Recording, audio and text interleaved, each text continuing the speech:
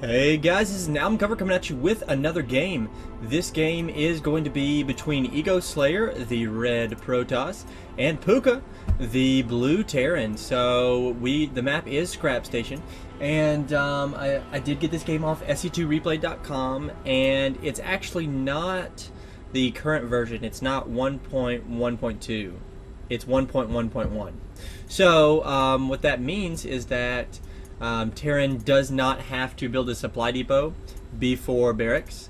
And let's see, I think after the patch, yeah, the shield and energy was both at 1,000 for the Nexus hit points. So I'm trying to think if there were any other major changes. Most of the changes, as I'm sure you all are aware of, are that okay, and looks like we do see Protoss here scouting for any sort of proxy barracks, so good scout there. But the main changes in 1.1.2 were, of course, the Roach buff and just general Zerg buff, like pretty much with everything. They got extra building hit points and lots of good stuff. So yeah, this game I just wanted to see. Originally, I was going to cast a game tonight, and originally it was going to be a Protoss versus Protoss, but I opened up the replay, and the game was actually so old that it was like the release version of StarCraft 2. So this is like 1.00. And I decided to not go ahead and cast that. I was interested in doing a diamond level Protoss versus Protoss, but I figured it wouldn't necessarily be as applicable if it was an older version, so I decided not to do that. So let me know what you think about that, guys. If you're like, well, you know, I'd rather see a good game and it not be the current version. Or if you'd rather, like, you know, I don't care about anything. And that SCV does block that Cybernetics core, so props for that, Pooka SCV. But or if you would rather get I don't know, just see only the recent replays. So just let me know what you think about that. So we do see Pooka doing pretty standard. He's just off one gas, so he's not going to go for anything crazy. He's just got one barracks right now here. He does have control of the Zelnaga Tower, and we just see the Cybernetics core coming in for Egoslayer. Now, Egoslayer did decide not to take his second gas after his Cybernetics core, so he's probably not going to try to tech up anything too quickly. Depending on what he builds next, it will really kind of determine what okay, he does build his assimilator next, so not exactly sure what we're going to be seeing from either one of these two players. Of course, we do see the factory here from Pooka, but nothing too crazy really. And Pooka does need a set. He does have his rally point set behind his barracks, but sometimes the rally points are kind of weird, and even if you have your rally point set like back here, it'll poop out a Marine right here at the front of the barracks. So but yeah, so we can see that basically Egoslayer is just trying to put on some pressure here with his early Stalker here, and just kind of poke around. He does manage to kill that Marine. That Marine should have been brought back by Pooka, but Pooka was obviously just not watching quite as well as he needed to the map. And yeah, so he does go ahead and have this bunker up here, which the range I think can pretty much cover the entire ramp. However, with this Stalker, if you did get right down here and could get vision up here, you could kind of poke a little bit here at the front.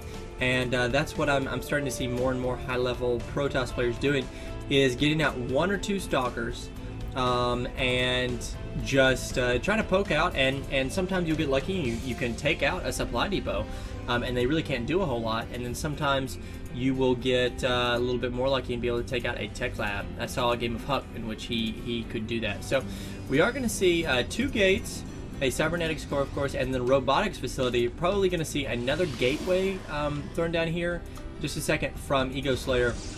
But this robotics facility, going to be interesting to see exactly what he chooses to use that for, whether he is going to try to go Colossi or he is going to use it for the Immortals, and looks like we are going to see an Observer at this point. So this positioning of this pylon down here, of course, you can see the outline of it up here. It can actually warp in units up here on the high ground, as long as you have vision of the high ground. So probably what this, and we do see a Hellion drop.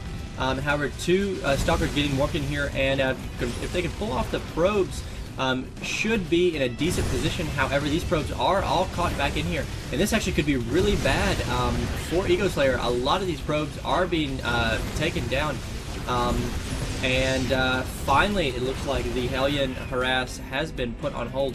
However, that medevac does get out of there, and of course, the longer you can keep medevacs alive, the better, because you will have, of course, have built up that energy. So we are going to see the Tech Lab being switched. I'm sorry, the Starport being added to the Tech Lab. So I would definitely say some Banshees. Yep, because there is the first Banshee right there.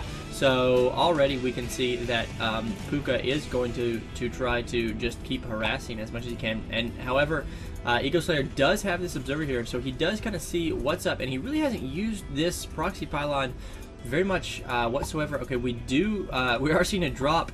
I love seeing warp prisms from Protoss players, because you just don't see them enough. But we do have these 4 Stalkers coming in here right now, and really needs to go straight, actually go in here and straight for the supply line, try to take out one of, like, this mule.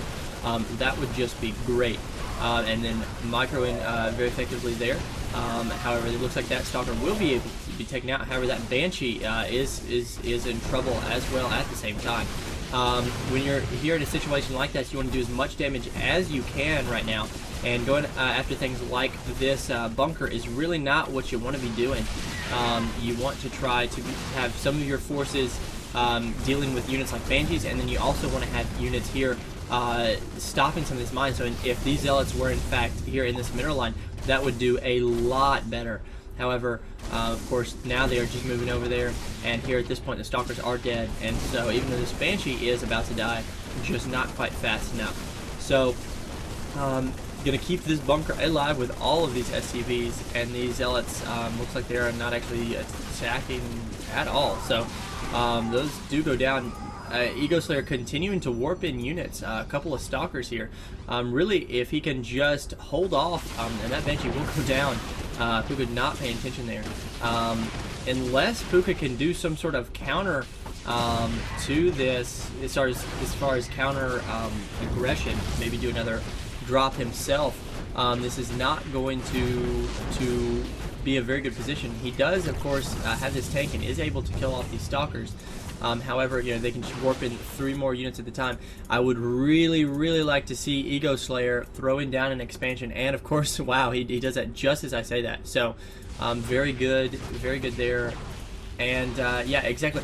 And Stalkers do extra damage versus armored units. So, really, Egoslayer can just poke in here and then pull back, because this the tank does not have siege mode, so if it had siege mode, it really would be a completely different story for Pooka. However, he does not, so not a whole lot he can do here at this point. Even putting a great force field on the side of one of those tanks, so on the side of the tank, so that he couldn't completely get it surrounded.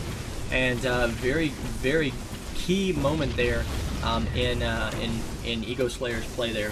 Definitely helped him out a lot. So really, all Pooka has at this moment is a bunker, and he's getting attacked from 2 sides at this point.